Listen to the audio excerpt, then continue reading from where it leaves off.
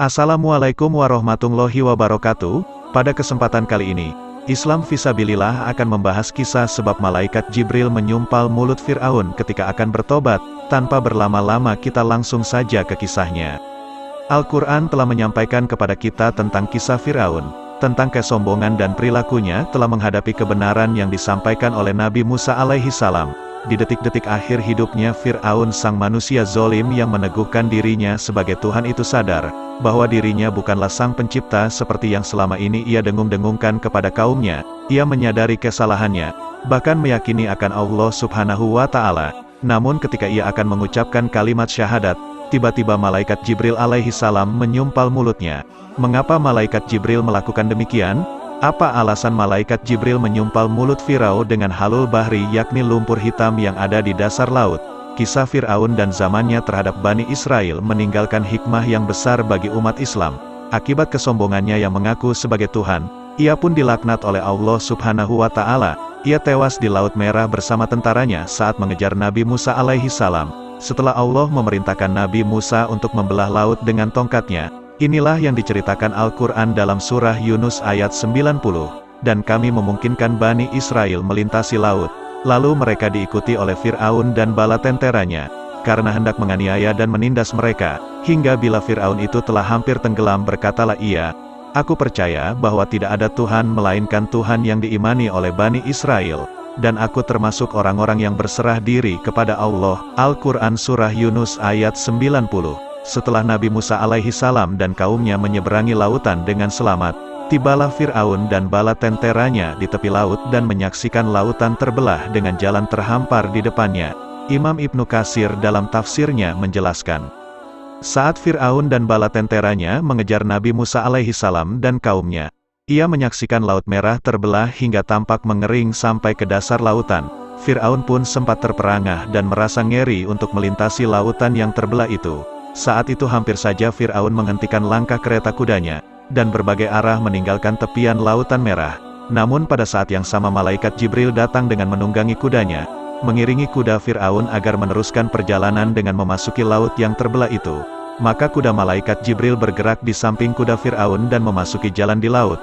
Di luar kendali kereta kudanya berlari ke tengah lautan diikuti bala tentara. Fir'aun yang mengira bahwa Fir'aun memimpin komando mengejar Nabi Musa alaihi salam hingga ikut menyeberangi lautan. Nabi Musa alaihi salam dan kaumnya yang telah sampai di daratan dengan selamat pun diperintahkan oleh Allah subhanahu wa ta'ala untuk memukulkan kembali tongkatnya ke lautan, sehingga air laut kembali menyatu seperti sedia kala.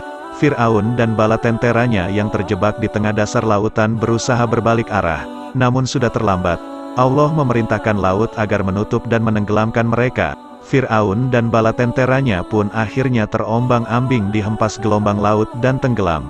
Tidak ada satupun yang selamat dari mereka. Ketika tubuh Fir'aun terombang-ambing ombak laut dan saat itulah ia menyadari kedudukan dan keberadaannya. Ia mulai meyakini akan kekuasaan Allah subhanahu wa ta'ala di saat nafasnya mencapai pangkal leher. Fir'aun menyatakan keimanannya sebagaimana yang sudah disebutkan dalam Al-Quran Surah Yunus ayat 90. Di detik-detik akhir hayatnya inilah peristiwa yang menarik terjadi. Malaikat Jibril mengambil tanah dari dasar laut, lalu menyumpalkannya ke mulut Fir'aun. Mengapa malaikat Jibril melakukannya? Kesombongan dan kecongkakannya itu ternyata membuat malaikat Jibril sangat membencinya. Maka ketika ada tanda-tanda Fir'aun akan beriman, pada saat akan tenggelam malaikat Jibril khawatir sekiranya Allah akan mengampuni dosa Fir'aun, dan rahmat Allah akan menolongnya. Maka saat itu pun malaikat Jibril langsung menyumpal mulutnya dengan tanah, agar tidak mengucapkannya dengan kalimat tauhid.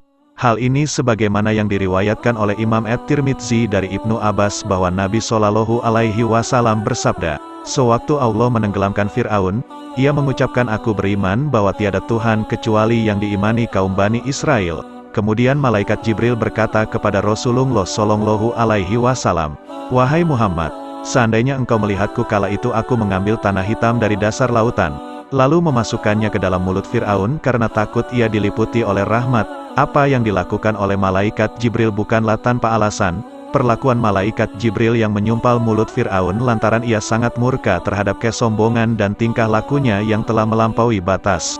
Hal yang sama juga terjadi pada Nabi Musa alaihi salam. Mungkin akan muncul pertanyaan di benak kita, apa ruginya malaikat Jibril alaihi salam jika Allah memberikan rahmat kepada Fir'aun dan mengampuninya?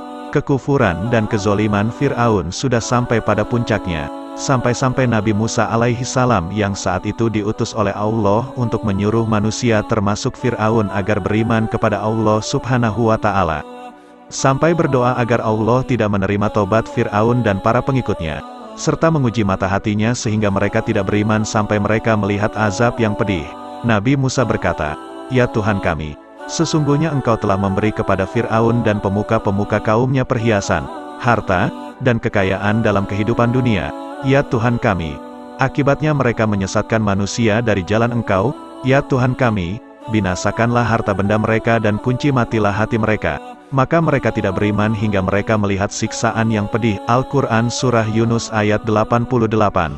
Pada kasus Fir'aun ini bukankah ketika dia mulai menyadari kebenaran Allah subhanahu wa ta'ala, itu terjadi di saat sakratul maut, sementara sakratul maut merupakan batas ditutupnya pintu taubat. Artinya jikapun malaikat Jibril tidak menyimpulkan dengan tanah sekalipun, dan Fir'aun mengucapkan kalimat syahadat, niscaya Allah pun tidak akan mengampuni taubat yang diucapkan di akhir sakaratul maut, karena saat itu pintu taubat telah ditutup. Wallahu a'lam bishawab. Alhamdulillah saudara seiman, semoga kisah ini dapat menambah ilmu dan menambah ketakwaan kita kepada Allah subhanahu wa ta'ala. Assalamualaikum warahmatullahi wabarakatuh.